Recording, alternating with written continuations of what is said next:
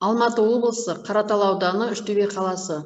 Номер 13 орта мектеп жанындағы интернаты мен мемлекеттік мекемесінің математика пәнінің мұғалімі Сманова Ғалия Бейсенбаевна. Сәлеметсіздер ме, құрметті әріптестер? Мен сіздермен бүгін оқушылардың функционалдық сауаттылығын қалыптастырудың тиімді жолдары тақырыбында коучинг өткізсем деп отырмын.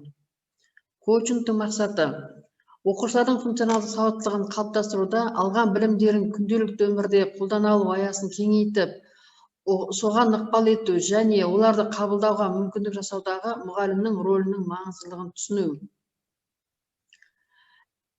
Функционалдық сауаттылық термині алғашқы рет 1957 жылы пайда болды.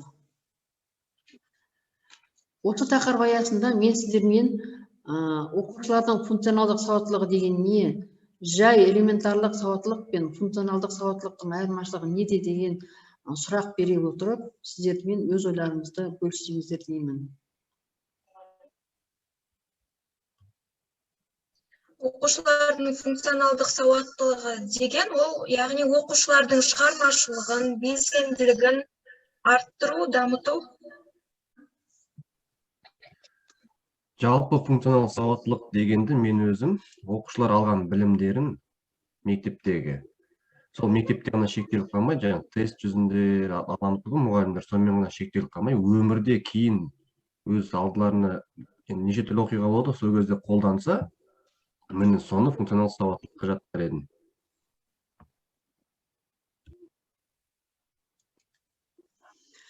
Енді сіздердің айтқан ойларыңызды толықтыра отырып, функционалдық сауаттылық дегеніміз адамдардың әлеуметтік, мәдени, саяси және экономикалық қызметтерге белсене араласуы, яғни бүгінгі жаһандану дәуіріндегі заман ағымына, жасына қарамай ілесіп отыруы, адамның мамандығына, жасына қарамай үнемі білімін жетілдіріп отыруы. Сонымен қатар, мектеп оқушыларының функционалдық сауаттылығы дегеніміз оқушының пәнді терең түсіну қабілетін дамыту, алған білімін сыныптан тыс жерде кез келген жағдайда тиімді пайдалана білуін қамтамасыз ету. Оқушылардың функционалдық сауаттылығын қалыптастырудағы мұғалімнің рөлі мектепте алған білімдерін өмірде тиімді қолдануына үйрету. Яғни бұл жерде тұлғаның ең басты функционалдық сапалары: бірінші, белсенділік; екінші, шығармашылық тұрғыда ойлауға және шешім қабылдай алуға; үшінші, кәсіби жолын таңдауға қабілеттілік, өмір бойы білім алуға дайын тұруы болып табылады. Бұл функционалдық дағдылар мектеп қабырғасында қалыптасады. Енді функционалдық сауаттылықтың сипаттамалық белгілері. Оқушылардың сыртқы ортамен қарым-қатынас жасау қабілеті, оқушылардың жеке бас қабілеттерін дамытудың тетігі, оқушылардың әлеуметтік дағдыларын дамытудың негізі, оқушылардың өзгермелі өмірге бейімделудің шарты, оқушылардың әлеуметтік мәдениет дамуының өлшемі және оқушылардың білім, білік дағдыларының құзыреттілікке ұласу жолы.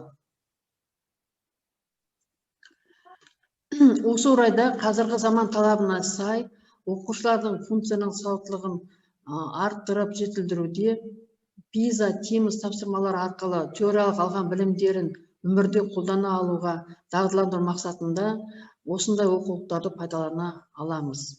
Оқушылардың функционалдық сауаттылығын арттыру мақсатында мұғалімдердің жұмыстарын жүйелі түрде жүргізіліп, жинақталып тұруы керек.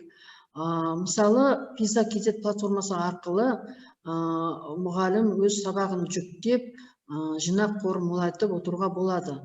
Осы орайда мен сіздерге PISA KZ платформасы жайлы видео көрсетейін. PISA.KZ платформасына қош келдіңіз. Program for International Student Assessment, яғни PISA, дүниежүзі бойынша 3 жылда бір рет өткізілетін мектеп оқушыларының оқу жетістіктерін, соның ішінде олардың функционалдық сауаттылығын бағалайтын халықаралық тест. Ал PISA KZ платформасында осы емтиханға дайындық өткізу мақсатында мұғалімдер мен оқушыларға арналған онлайн курс, онлайн сынақ және онлайн тренажер қолжетімді. Платформада оқу, математика және жаратылыстану ғылыми сауаттылық бағыттары бойынша бейне түсіндіру мен практикалық жаттығулардан тұратын курс практикум ұсынылған. PISA-ның негізгі бағыттары бойынша бағаланатын құзыреттіліктер мен мазмұндық бөліктері толық қамтылған. Әр құзыреттілік бойынша деңгейлік тапсырма әр тапсырманың түсіндіру мен бағалауы келтірілген, яғни кері байланыспен толық қамтылған қазақ және орыс тілдерінде 56 онлайн сабақ және 1000-ға жуық тест сұрақтар базасы бар. Пиза KZ платформасы пайдалана отырып, мен 11-ші сынып оқушыларына мынандай контест негізінде тапсырмалар бергенмін. Енді осы бір тапсырмамен сіздерге бөліссем. Контест негізінде негізіндегі жаңағы тапсырма, бір тапсырма беріледі. Ол жерде бірнеше сұрақтар, бір тапсырмада бірнеше сұрақтар. Мысалы, ұялы телефон. Арманға әкесі ұялы телефон сыйлайды. Телефонға қап алу үшін Арман оның өлшемдерін алды. Сол кезде телефонның қалыңдығы 6 мм, ені 9 см, ұзындығы 18 см болды. Осындай өлшемді тікбұрышты параллелепипед қарастырайық. Мінекей, тікбұрышты параллелепипед қарастырдық. Осы жерде мысалы бірінші сұрағымыз тікбұрышты параллелепипед табанының ауданы. Бұл жерде оқушы параллелепипед табанының тіктөртбұрыш екенін біледі, және тіктөртбұрыштың формуласын пайдалану арқылы оның ауданын табады. Екінші сұрақ параллелепипедтің көлемі, яғни оқушы көлемнің формуласы арқылы параллелепипедтің көлемін табады. Үшінші, қалыңдығы 30 есе арттырғанда пайда болған фигураның диагоналінің ұзындығын табу. Яғни оқушы мына салынған суретті 30 есе арттырғанда пайда болған мынандай фигураны салып шығады. Осыдан кейін оның диагоналын есептейді. Енді осы жерде оқушы оның табан жартысының арасындағы синусын табады. Одан кейін толық бетінің ауданын табу арқылы есепті аяқтайды. Өздеріңізде байқап жүргендей, балалардың ойлау деңгейі бізге қарағанда жылдам. Енді өзіміздің деңгейімізді бақылап көрейік деп, мен сіздерге бір тапсырма орындатсам деймін. Нөмірленген орындықтар.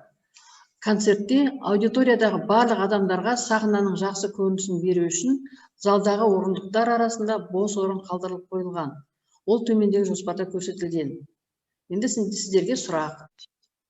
Алдыңғы 9 қатардағы орындықтардың жалпы саны қанша? Есептеп бірігіп орындасақ.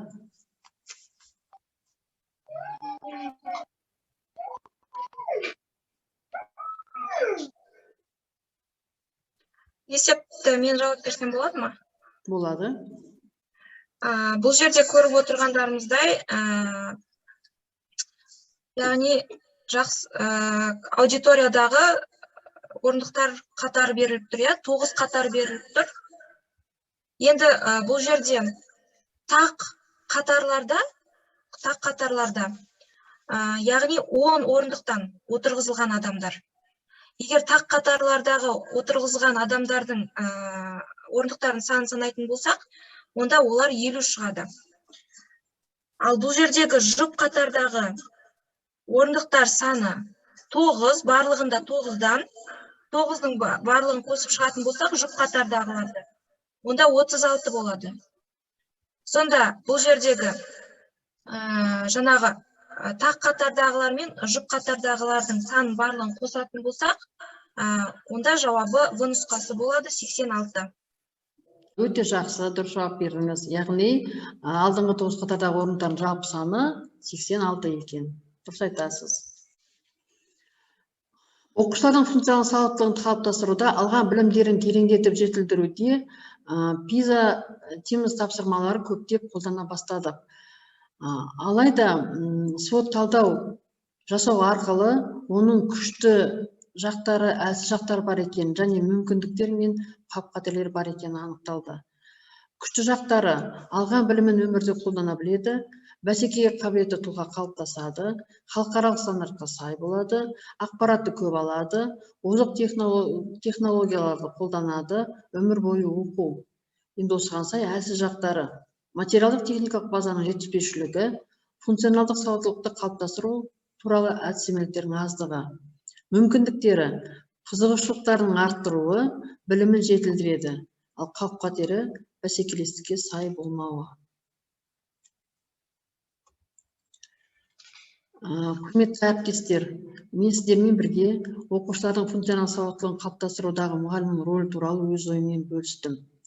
Енді сіздерден оқушылардың функционалдық сауаттылығын қалыптастыруға қандай тиімді тың жолдарын ұсынар едіңіз деген сұрақ беру арқылы өз ойларыңызбен Padlet тақтасы арқылы бөліссеңіздер деймін.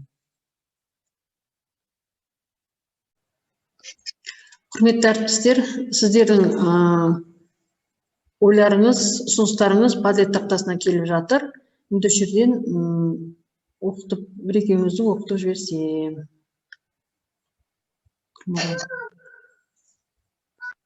Гүлмарал. Бұл жерде оқушылардың сабаққа қызығушылығын оятқан әдістер арқылы өз ойларын топта, ұжымда талдай білуге үйрету. Осыны ұсынар едім. Рахмет. Келесі. Кім? Ержан. Енді тың жолдарға мен бұл жерде мұғалімнің оқушыға беретін білімін өмірде болған оқиғалармен, құбылыстармен және тағы да басқа жағдайлармен байланыстырып, дәйектерге сүйеніп, оқушыға солай білім беруін айтар едім. Сіздерге көп рахмет әріптестер. Өз ойларыңызды бөліскендеріңізге. Енді қорыта келгенде, оқушылардың функционалдық сауаттылығын дамыту бүгінгі заман талабы. Оқушылардың функционалдық сауаттылығын арттыруда қолданып жүрген платформалардың әлсіз жақтары бола тұрса да, педагогтың сабақ өту шеберлігі, яғни шығармашылық пен жауапкершілікті ұштастыруы бұл заман талабының туындап отырған мәселе. Өз мамандығын толық меңгерген жоғарғы деңгейлі оқытушының алдынан шыққан оқушы өмір айдындағы өз жолын адаспай табады, азамат болып қалыптасады. Мұғалімнің сабағының өн бойындағы негізгі мақсаты, оның негізгі мәнін естен шығармай, әрбір сәтті тиімді пайдаланғанда өз мақсатына жетеді деп ойлаймын. Сіздерге көп рахмет, құрметті әріптестер, назарларыңызға рахмет.